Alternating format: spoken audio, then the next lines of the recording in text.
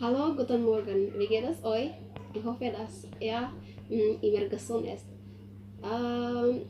Heute möchte ich über Bahasa und Biologie erklären oder präsentieren. Zuerst möchte ich mich selbst vorstellen. Ich bin Maria Fibrona Anding. Mein Thema ist Biologie und Bahasa. Los geht's.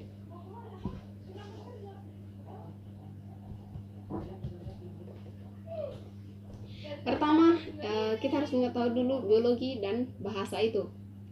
Bahasa adalah alat komunikasi yang digunakan manusia untuk menyampaikan atau menerima berbagai informasi, baik informasi lisan maupun informasi tulisan.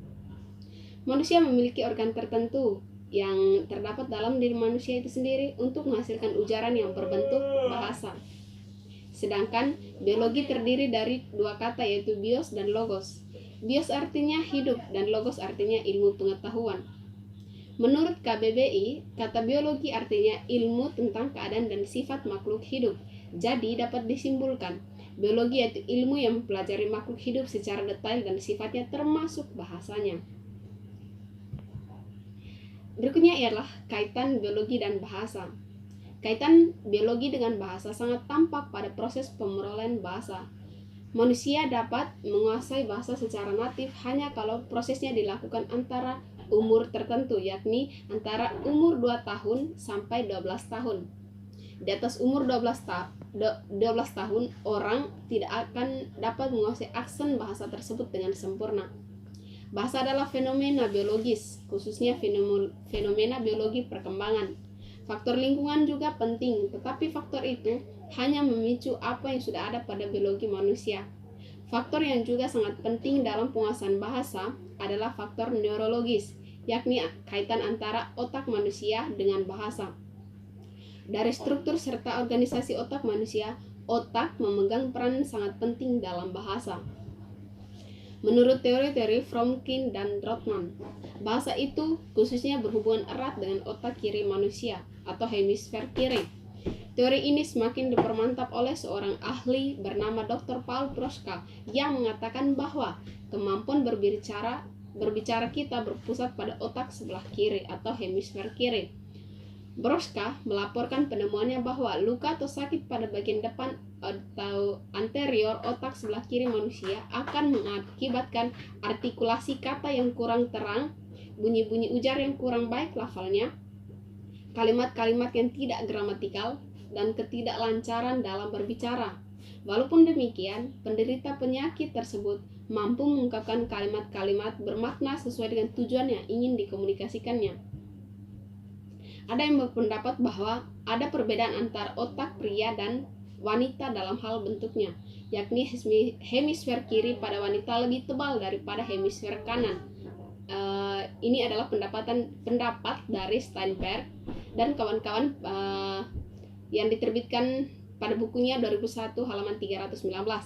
Keadaan seperti inilah yang menyebabkan kelas bahasa umumnya didominasi oleh wanita.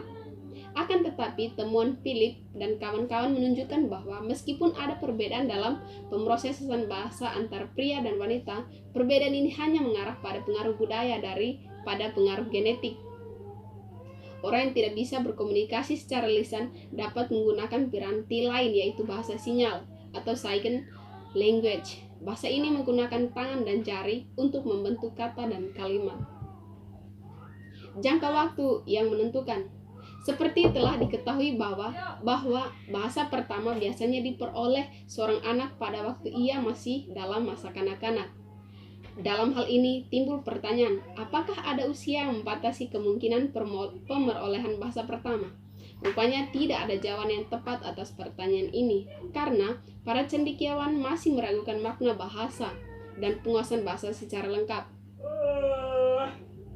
Para cendekiawan itu berpendapat bahwa kalau kita mendefinisikan bahasa itu sebagai bunyi-bunyi ujar yang diucapkan oleh seorang anak yang masih belum mampu berkomunikasi dengan baik sebagai permulaan perkembangan bahasa pertama, kita harus mencatat saat kelahiran sebagai permulaan perkembangan bahasa pertama, yakni bunyi-bunyi ujar seperti mengoceh, membel, dan menangis harus dianggap bahasa juga.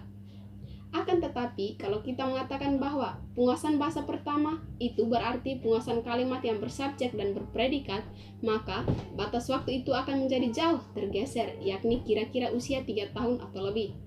Pada umumnya, orang mengatakan bahwa sesudah usia pubertas 12-14 tahun, sedikit atau tidak ada kemajuan menonjol dalam pemerolehan bahasa pertama.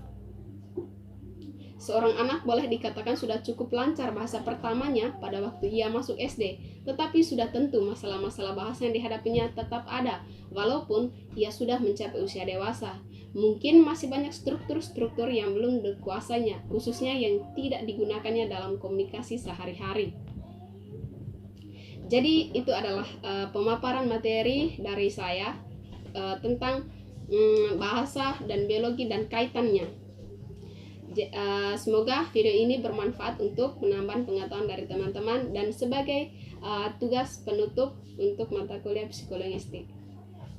Vielen Dank, danke für Ihre Aufmerksamkeit.